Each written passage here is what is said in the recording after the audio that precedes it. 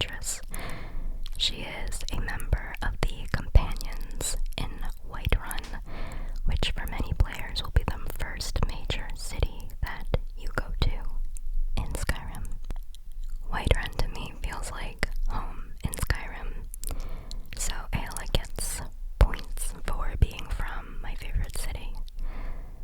However, to me, Aella is not the perfect wife. In fact, she is far from it, even though she probably has the hottest outfit in the game. So, why?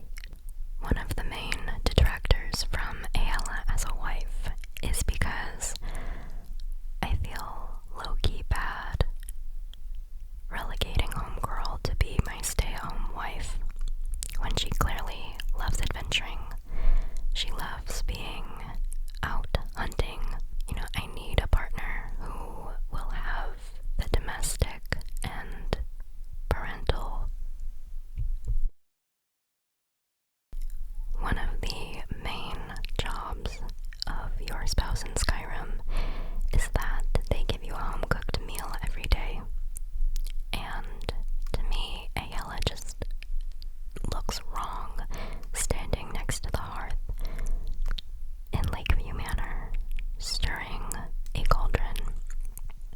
There's something just not domestic about her, and so I don't think she would be the best stay-at-home mom to Sophie and Cecil. And yes, Sophie and Cecil are always my children in every save file. Always. Aella clearly had a thing with Skewer. He met his tragic end, and she does not want to give up the beast blood so she can be reunited with him in Hersine's hunting grounds.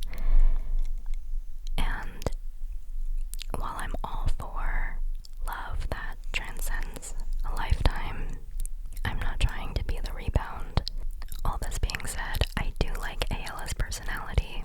She really has a taste for revenge. Being a Scorpio, I can really relate to that. So overall, I do like her character, but the best wife, I don't think she's the best wife. That side boob is 10 out of 10 though.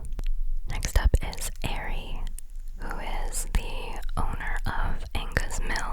She does get points for being a small business owner, and she has a couple male employees, so we love to see a female in a managerial role in Skyrim. That being said, she's not hot, and she doesn't have that much of a personality, and she's supplying lumber for the Stormcloak Rebellion, so. Next on the list is Anwen, who is a Redguard priestess of Dibella in the city of Markarth.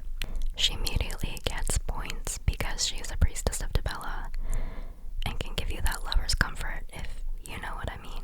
However, she doesn't really have that much of a personality. The only interaction I can remember having with her specifically is one time when I went on a bender with my friend Sam. She yelled at me for making a mess at the temple, which honestly I deserved, but it wasn't exactly a sparks flying moment. Next up is Avrusa Serethi, which, no, I am not marrying Avrusa Serethi ever again. First of all, she asked me to find jazzbait grapes, which is an extremely annoying ingredient to find. I feel like nobody has it.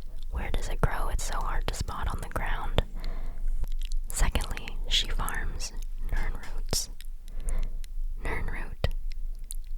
If you don't know about nirnroot in Skyrim, it is the worst sound in the entire game.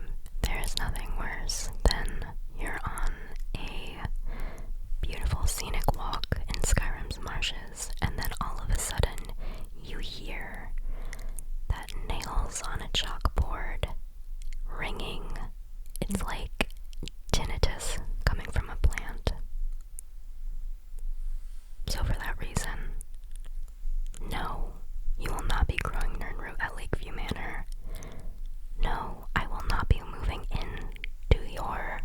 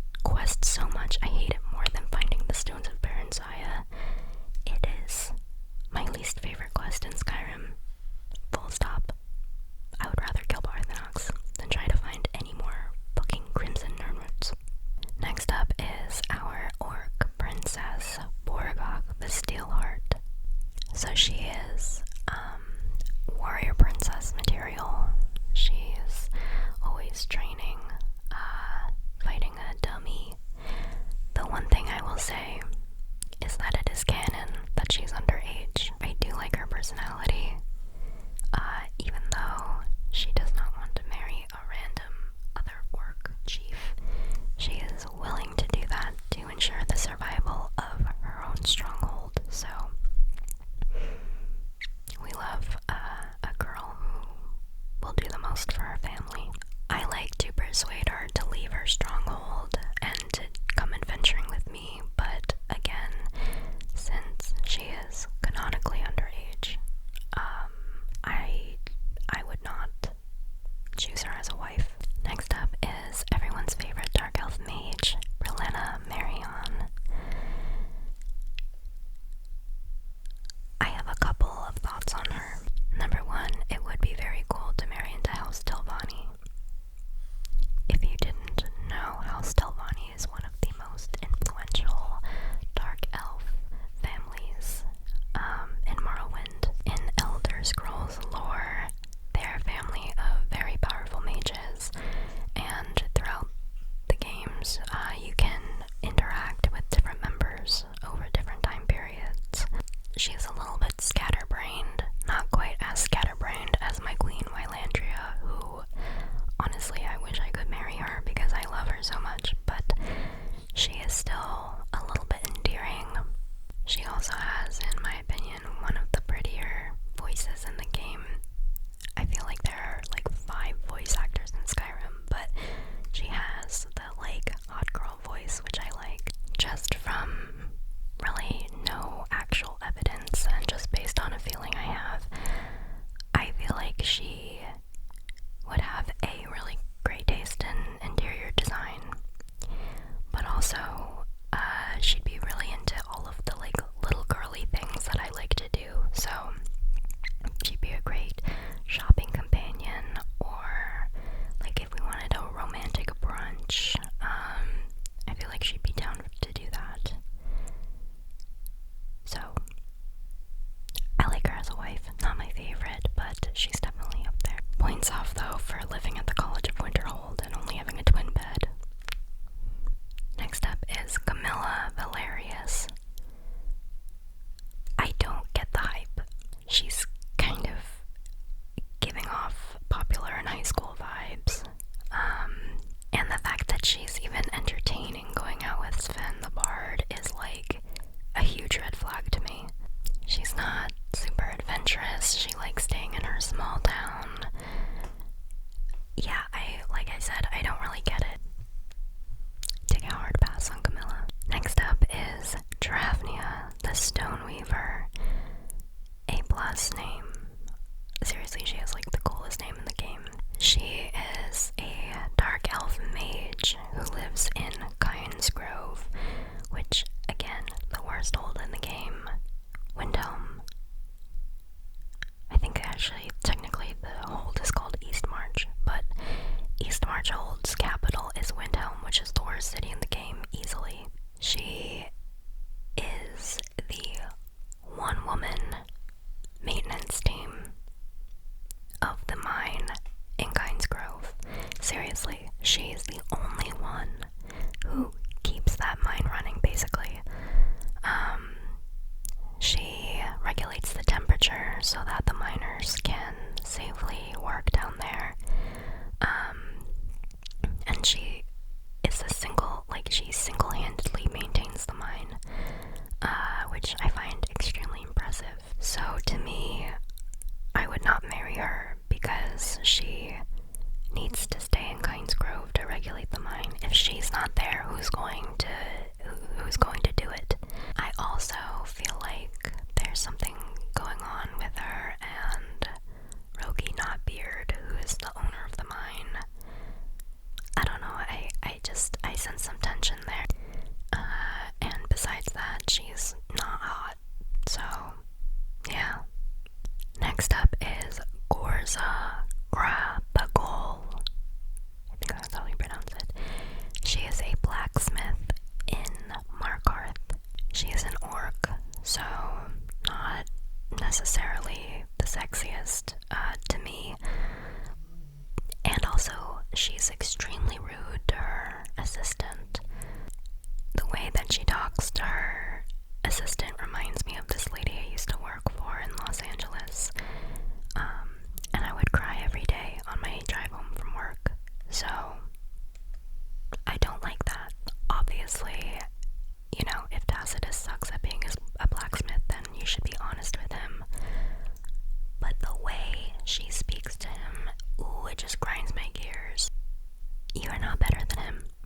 Treat him with some decency. Treat your employees with dignity. Like, would she talk to our kids the way she talks to Tacitus? I rescued Sissel from an abusive home. She will not be subject to more abuse under my roof. No, ma'am. For these reasons, Gorza is a hard pass for me. Hard pass. Next on our list is Gilfrey, who is another mill owner. Just on a shallow note, for sure, hotter than Aerin. The most impressive thing about Gilfrey is that she is running the mill all by herself. She has no employees because they're all fighting in the war. I gotta hand it to her, that's, hard work. However, she works non-stop. And I feel like, my children already have one absent parent because I'm off adventuring. I don't want them to have two absent parents. So, if she were to marry me, she would have to quit. I do feel like, though, since she's been living on her own for so long and working by herself for so long, she would have a lot of skills that would be useful on the homestead. And so I think, she's a very mid-tier wife. She's kind of boring, but overall, not a bad choice as long as, she'd be willing to leave the mill behind and be a stay-at-home parent. Next up is Hilland. She is not a vanilla-based game character. She is a character who was added with the Dragonborn DLC, and I love her. She is one of my favorite candidates for marriage for these reasons. Number one, she's super pretty. I love her war paint.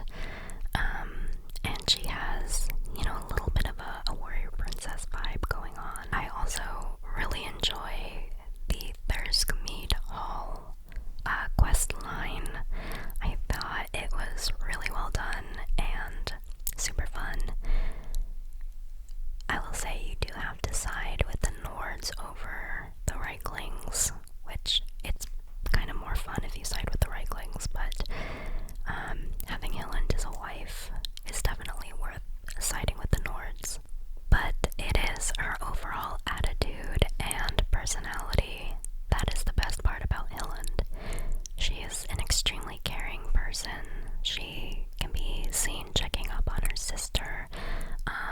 She's a big words of affirmation girl, I feel like, because she constantly is validating feelings while also saying, you're too hard on yourself. She's a fierce warrior, and has a little bit of a petty side too, but only if you wrong her. I think she'd be a great mom. She could teach her daughters how to fight. She can help protect the homestead, but I think also she'd be a really caring mother, and overall just A-tier wife to me. Next up is Iona, who is a housecarl, if you become the Thane of Riften. And as a general rule, I don't really like marrying housecarls because they have to stay at my house to guard the house. So, I don't want her leaving Honeyside, even though the house is a little bit of a shithole, not gonna lie. Riften is a little sketchy, so even though I'm the head of the Thieves Guild and the Nightingales, I still don't really want to leave my house in Riften unattended. You know what I mean?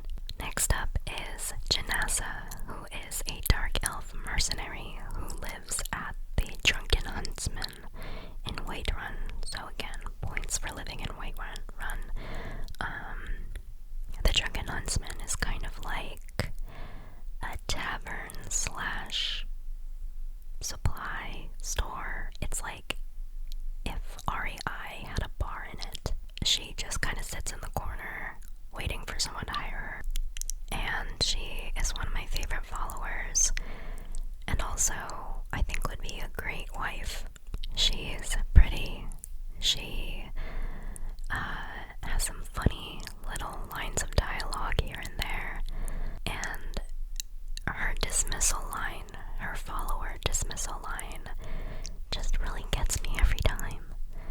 The line is something like, "It can be lonely wandering the wilds of Skyrim, so come find me the next time you need a companion," or something like that. And, you know, the little soft girl in me just swoons every time she says that. I'm like, it can be lonely. It can be lonely wandering the wilds of Skyrim all alone. That being said, she doesn't really have a house. She just kind of sits in the corner of the bar, which is a little suspect to me. But I think she'd be a great mom. You know, she's a mercenary, so can fight, can defend the homestead, and I get, you know, a sense of caring from her. I do get a sense of loyalty from her. So, top tier wife. Next up is Jordis, the Sword Maiden, who is the housecarl in Solitude. And I know I said I wouldn't marry housecarls, so she can't be top tier for that reason. But I, first of all, get a lot of sapphic energy from her already, so, you know, like Camilla Valerius gives straight girl energy. Jordis, the Sword Maiden, to me, gives sapphic energy, so that's points for her right off the bat.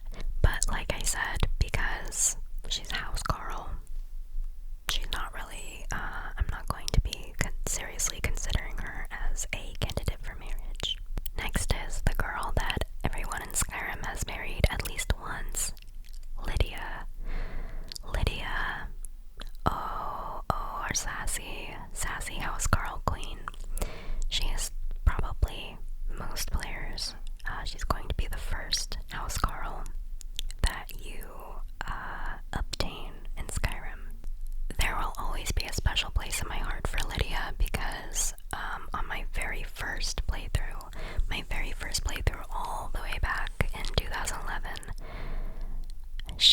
I did not realize that certain followers can die. They can die. And I was on my way to the Greybeards, and we got attacked by a troll, and I killed her. And I was so devastated. And I had not saved my game since leaving Riverwood. So I had to start over because I was like, there's no way I'm leaving Lydia out in the cold like this. No way. Lydia is also known for being quite sassy. If you initiate a trade with her, she might say, "I'm sworn to carry your burdens." Sometimes I'm just like, take these dragon bones, just take them. So again, Lydia being a housecarl is, you know, not really a real candidate for marriage for me, but she's definitely up there. Out of the housecarls, I think it would be Jordis first, and then Lydia. In terms of housecarls I would wife up. Next on the list is a woman I would never marry, ever, and that is Mjoll the Lioness. I would never marry this woman for a multitude of reasons. Number one, she has a very holier-than-thou attitude. I don't love that. As someone who is operationally in charge of one of the biggest crime syndicates in Skyrim, I don't need, you know, some do-gooder sniffing around my actions. The second reason I would never marry Mjoll, and this is, you know, perhaps the most pressing reason, she comes with a little friend named Aerin. First of all, this guy is so freaking sketchy. Okay, he has no job. He has a nice house.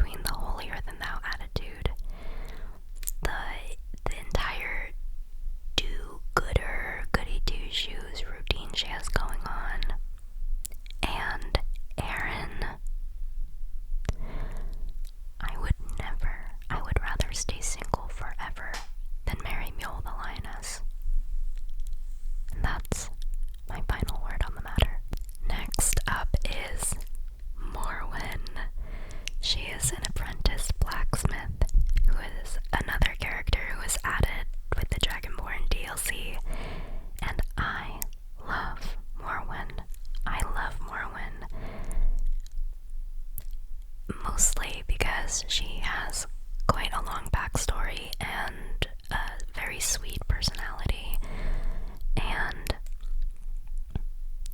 the dialogue she has when you propose to her is just, oh my god, it melted my insides. So she technically lives on Solstheim, which is an island off the coast of Skyrim, but she grew up in Skyrim. She grew up in Falkreath, which is one of my favorite holds in the entire game. I love Falkreath Hold as my favorite house, which is Lakeview Manor, and I just love that place. But bro, her proposal line is so adorable. In Skyrim, to propose to someone, you basically wear a certain necklace called an Amulet of Mara, signifying to literally everybody that you're looking for a marriage partner, which I find hilarious, and I kind of wish that's how dating worked in real life. Being autistic, there's just something so attractive to me about the bluntness of relationships in Skyrim. And I know it's just, you know, a game mechanic, but there's something so funny to me about two people being like, I see you wearing an amulet signifying you're looking for a life partner. I like you, and I too am looking for a life partner. Would you like to get married? Like, to me, that level of honesty and bluntness is extremely romantic. Anyway, if you are wearing this amulet when you talk to Morwin after you've raised her disposition towards you, she says that you remind her of the things that she loves and misses about Skyrim, her homeland. And she has this a little line about how her heart skips a beat whenever you're near her or something. And it is so unique and so adorable. And I love Morwin. She's so useful. She knows how to be a smith, and then if you have her open a shop when, you know, she moves into your house, she'll sell blacksmithing stuff, which is super useful for homesteading. So, Morwin, top tier wife. Next up is a girl who's definitely a Scorpio, Muiri. I personally don't take Muiri as a wife because morally I have a problem with killing Nilsine Shattershield. Basically, Muiri used to be friends with Freya and Nilsine Shattershield, who are twin sisters who live in Windhelm, the worst city in Skyrim. And Freya was killed by a serial killer in Windhelm. Yet another reason why Windhelm is the worst city in Skyrim, and why I wanted to rescue Sophie from that awful place. And yes, the Shattershields in the end were not super kind to Muiri, but she wants you to kill the other daughter as revenge. And I morally always have a hard time with that. I mean, the first time I played the game, I killed her because I was kind of like, she gotta die, I'm gonna get an extra reward. First of all, she gives you like a ring that's very lackluster. Second of all, this mother, who is already grieving the loss of one of her daughters, will commit suicide if you kill her other daughter. And the reason why she wants you to kill the other daughter is to hurt this already grieving woman. And to me, that's not someone I want raising my kids. And then on top of everything, the hot to crazy ratio just isn't there for me. She's not hot enough to warrant this unhinged behavior. Next up is Nyada Stonearm. Would never marry her. She's such a bitch. And in fact, I usually kill her. I usually sacrifice her to Boethia because she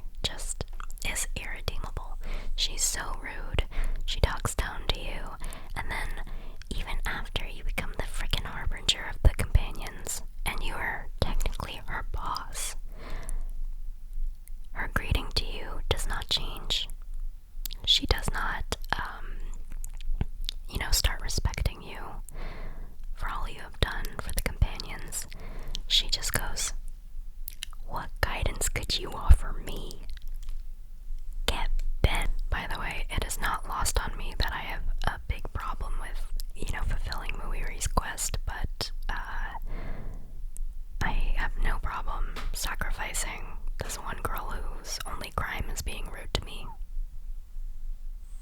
Whatever, she had it coming. Next up is Orla, who is also a priestess of Dibella, so, she can throw it back. A fine wife, doesn't really have a ton of personality, so she's kind of like Anwen. In general, yeah, I like the priestesses of Dibella, but we haven't gotten to my favorite priestess yet. Next up is Rhea, who is the housecarl in Falkreath, so she's the housecarl for Lakeview Manor. So again, I wouldn't marry her because she's a housecarl, but she is extremely badass. She has 2 scimitars because she's a red guard warrior. So she got curved swords.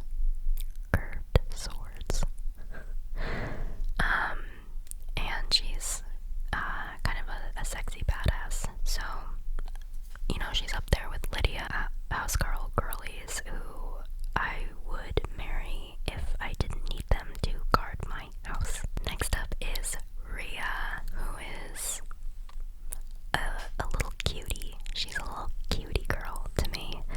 She, when you join the companions in Whiterun, she says that she is the newest member besides you. So she's really eager. Every time you talk to her, she's like, "What's up?" Would be kind of like Brelena and want to do like fun girly things with you. But also she's a warrior and a badass, so I would feel safe with her raising our children, teaching them how to fight, protecting our home, and yeah, overall, Ria is a very cute wife. Yeah. Would wife her up again. Next up is Senna, my favorite priestess of Dibella.